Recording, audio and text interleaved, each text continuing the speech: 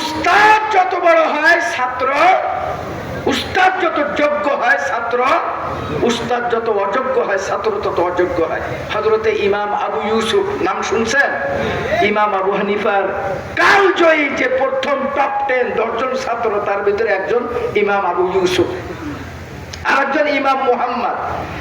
হাদিসে পাকের কিতাবের ব্যাখ্যার ভিতরে এবং ইমাম আবু ইউসুফ রাহমাতুল্লাহ জীবনের ভিতরে আছে পৃথিবীর সবথেকে বড় আলেম মুলকে শামের আরবি ভাষায় লিখছেন হুসনুত তাকাজি ফি সিরাতিল ইমাম আবু ইউসুফ আল কাজি।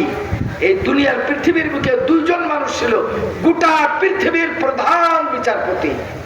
একজন ছিল হযরত ওমরের যুগে 70 বছর পৃথিবীর বিচারপতি। সুবহানাল্লাহ। আগামী বছর এটা পৃথিবীর দুর্লভ তথ্য। 70 বছর বাংলাদেশ নাই, গোটা পৃথিবীর প্রধান বিচারপতি ছিলেন কাজী শরীফ, হযরত ওমর বানাইছিলেন 70 বছর। আর আরেকজন ব্যক্তি গোটা পৃথিবীর প্রধান বিচারপতি ছিলেন কাজীউল কুজ্জা, সে হলো ইমাম আবু হানিফার ছাত্র ইমাম আবু ইউসুফ। গোটা পৃথিবীর এই দুইজন মানুষ ছিল। ইমাম আবু ইউসুফ রাহমাতুল্লাহ হায়াতে জিন্দেগির মধ্যে আসছেন, ওনার আব্বা ছিলেন না, মা মানুষের বাড়ি কাজ করতেন। রাস্তা দিয়ে হেঁটে যাচ্ছেন, ছোট্ট বাচ্চা 6 বছর বয়স। ইমাম আবু হানিফা যাচ্ছেন, বাচ্চার দিকে নজর পড়ছে। ইমাম আবু হানিফা দাঁড় করাইছেন, বলছে যে এই বাচ্চা তুমি কোথায় যাও? বলছে ইমাম আবু হানিফা অনেক বড় মানুষ, দেখেন না হুজুরের কাছে কত ছোট ছোট বাচ্চারাও আসে, আসে না? আল্লাহ, তারাও চেনে না রাসূলকে, সবাই বলে আলহামদুলিল্লাহ। ইমাম আবু হানিফা জিজ্ঞাসা করছে কই যাও? বলছে মা কাজ করে, মায়ের সঙ্গে কাজে একটু হাত বাটায়। তো ইমাম আবু হানিফা রাহমাতুল্লাহ আলাইহি বলছেন ওই মহিলাকে যে মা তোমার বাচ্চাটাকে আমাকে দাও, আমি তাকে এলেম দিয়ে, আজকে তো তুমি দিন আনা দিন মজুর, ছোট্ট বাচ্চা একই কাজ করবে, তাকে দাও, আমি তাকে এলেম দেব। আর এই এলেম তাকে এমন জায়গায় নিয়ে যাবে পৃথিবীর রাজা বাচ্চারা মাথার তাজ বিছিয়ে দেবে এই আলেমের জুতা রাখার জন্য। সুবহানাল্লাহ হবে জোরে, সুবহানাল্লাহ হবে জোরে। কালান্দার হারচে গোয়া দিদা গোয়া। রাস্তার এক ছোট্ট বাচ্চা পথিক সম্পর্কে ইমাম আবু হানিফা বলছেন এই বাচ্চাকে দাও, আমি তাকে ইলম দেব। আর এই ইলমের বরকতে শাহী খাজানায়, শাহী সিংহাসনে শাহী খাবার তার জন্য অপেক্ষা করবে। তো ছোট মানুষ তো, আর মা তো লেখাপড়া জানে না, বলছে ইমাম সাহেব আমার বাচ্চা, এটা আপনি বলছেন এটা আবার হয় নাকি? আমার বাচ্চা তো বড় হয়ে কামলা হবে, মানুষের বাড়ি কাজ টাজ করবে, আমার সংসার চলবে। তো ইমাম আবু হানিফা রাহমাতুল্লাহ বলছেন মা তোমার সংসার চলতে কত টাকা লাগে? বলছে এত টাকা। ইমাম আবু হানিফা রাহমাতুল্লাহ বলছেন আজ থেকে এই ছেলেকে 17 বছর আমার কাছে দাও, 17 বছরে তোমার সমস্ত জীবনের সংসারের খরচ আমি একবারই তোমাকে দিয়ে দিলাম। আল্লাহ আল্লাহ।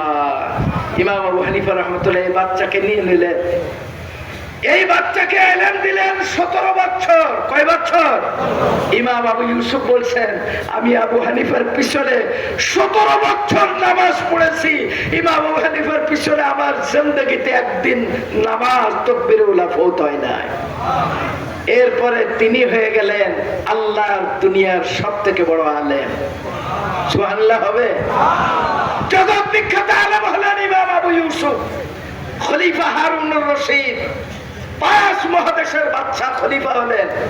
দুনিয়ার আলেমদের কাছে বললেন আমি একজন প্রধান বিচারপতি করব, যে প্রধান বিচারপতি হবে দুনিয়ার সবথেকে বড় আলেম। পৃথিবীর আলেমরা হযরতে বাদশা হারুনুর রশিদকে বললেন হারুনুর রশিদ কোথায় আপনি তলাশ করতেছেন? ইমাম আবু ইউসুফের থেকে বড় আলেম আর দুনিয়ায় কেউ নাই। উনি রাজি হবে কিনা তাই দেখেন, উনার উস্তাদ তো রাজি হয়নি, আপনি যদি গিয়ে পাই ধরে রাজি করাইতে পারেন। 5 মহাদেশের বাদশাকে বলছেন, 5 মহাদেশের বাদশা, সে রাস্তার ভিখারি ইমাম আবু ইউসুফ বলছে আপনি যদি তিনাকে পাই ধরে রাজি করাইতে পারেন। ইমাম আবু ইউসুফের কাছে আসছেন খলিফা হারুনুর রশিদ, হাত পায়ে ধরছেন, এক পর্যায়ে উনি রাজি হয়েছেন। খোলাসা কথা, বাদশা হারুনুর রশিদ বাগদাদের ভিতরে 40 মাইল কার্পেট দিয়ে রাস্তা বানাইছেন। লাল গালিচা বিছাইছেন, শাহী সিংহাসন সাজাইছেন। আল্লাহর দুনিয়ার সব থেকে বড় আলেম ইমাম আবু ইউসুফকে আজকে তিনি কাজীউল কুজ্জা বানাবেন। 40 মাইল লাল গালিচার কার্পেট, যেই চেয়ারের উপরে খলিফা হারুনুর রশিদ বসেন, ওই চেয়ারের উপরে ইমাম আবু ইউসুফকে বসাবেন। উনাকে হাজার হাজার খাদেম খুদ্দামরা উনাকে ইস্তেকবাল করে আনছেন। ইমাম আবু ইউসুফ রাহমাতুল্লাহ যখন সিংহাসনে বসবেন বাদশার অনুরোধে, তিনি দেখেন তার সামনে একটা সাদা পাগড়ি। ইমাম আবু ইউসুফ রাহমাতুল্লাহ আলাইহি ওই পাগড়িটা হাত দিয়ে তুলে বুকে চুমা খাচ্ছেন আর বলছেন, এই পাগড়িটা কার? আমি তো এই পাগড়ি থেকে আখিরি নবী মুহাম্মদুর রাসূলুল্লাহর ইলমের ঘিরান পাই। বাগদাদের লোকেরা বললেন, ইমাম আবু ইউসুফ, এই পাগড়ি হলো খলিফা হারুনুর রশিদ। খলিফা হারুনুর রশিদ আমাদেরকে বলতে নিষেধ করেছেন। তিনি বলেছেন, আল্লাহর দুনিয়ার সব থেকে বড় আলেম আমার সিংহাসনে বসবে, আর বসার পূর্বে তিনার পবিত্র জুতা আমার পাগড়ির উপর দিয়ে হেঁটে সিংহাসনে বসবে।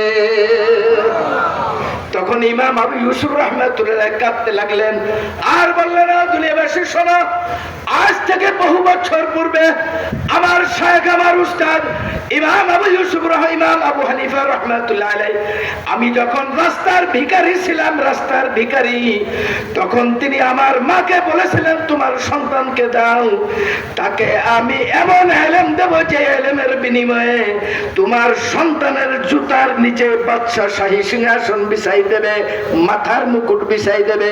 ইমাম আবু হানিফা দুনিয়ায় নাই, কিন্তু কলন্দার হারছে গয়া দিদা গয়ান, কলন্দাররা যা বলে সেটা সঠিকই বলে।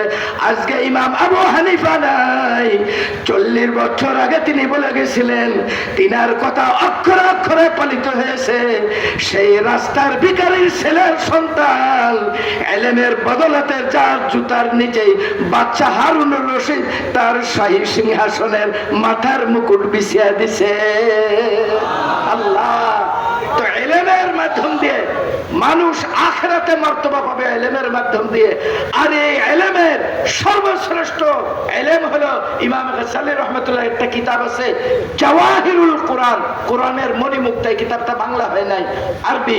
জাওয়াহিরুল কোরআন, কোরআনের মণিমুক্তা।